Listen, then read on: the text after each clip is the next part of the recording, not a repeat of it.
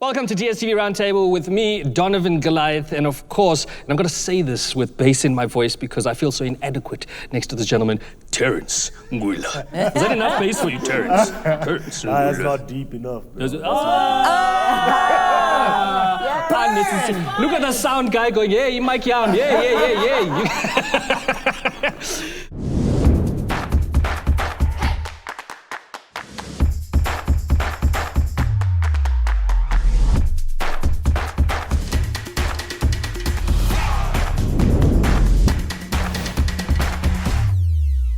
Speak to me about what makes your character tick.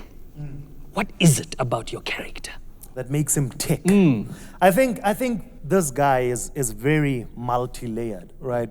And so what makes him tick is not really on the surface. It's not really what we see, you understand? So it's mostly these small influences, you know, because he's already in such a huge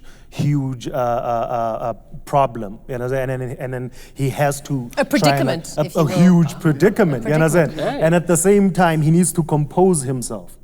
So now the problem is, because he's walking around with all of that energy, everything literally makes him tick. And as in, from pouring a cup of water makes him tick, from watching his wife walk in the room makes him tick. And as in, because it's so internalized. Is he on high alert? Yeah, he's very trapped. He's very trapped. So everything that he's going through at the moment can literally just blow up. And as in, so the stakes are really high. Very stressful to me. The stakes are really high. This guy is stressed at life. He's stressed at everything. And now, how far is that guy from Terrence? Very, very far. He's very far. He's so far. I'm never stressed about anything. I'm good. I'm good. You know, I don't stress You're like about Mr. anything. Chill over here. I'm chilled, you know. I think also, I think I'm blessed at looking at things in a positive manner. Yeah.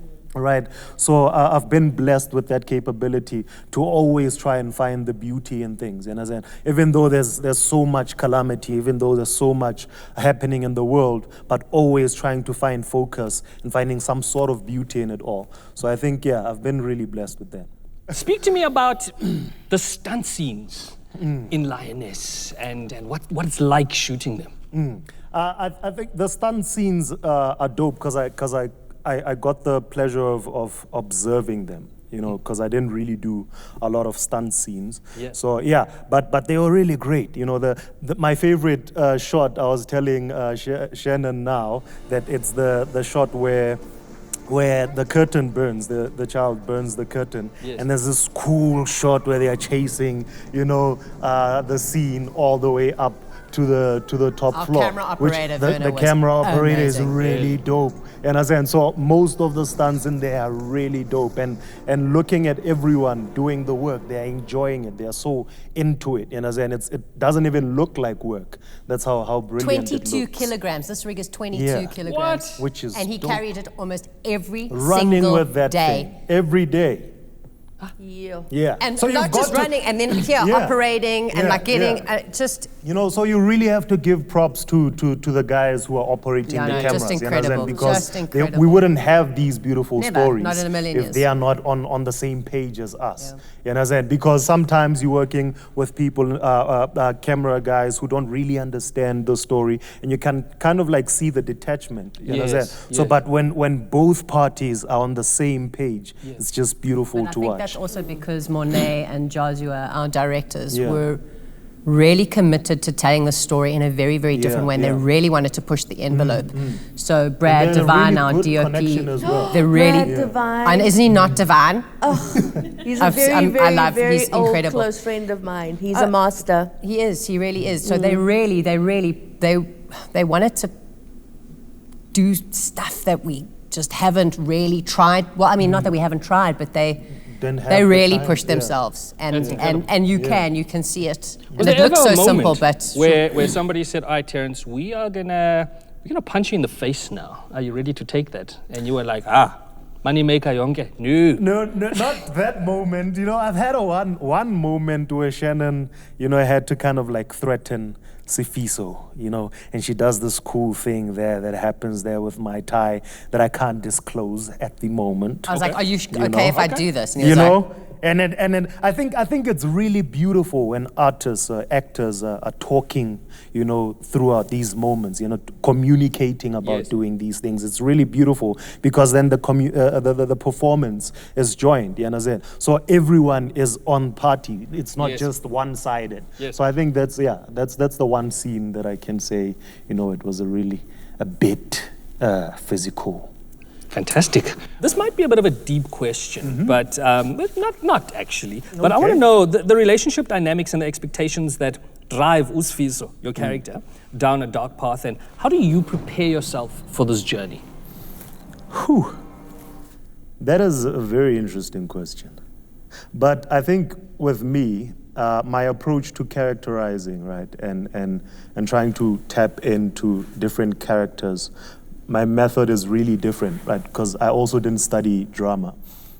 So usually what I'll do is I'll just make this character absurd. Like I'll just mess up the lines. I'll say them like some guy from Almonds Rifsi, Mpumalanga, Maputo, wherever, you understand? I'll just ruin it so that I can try and find some beauty in it, right?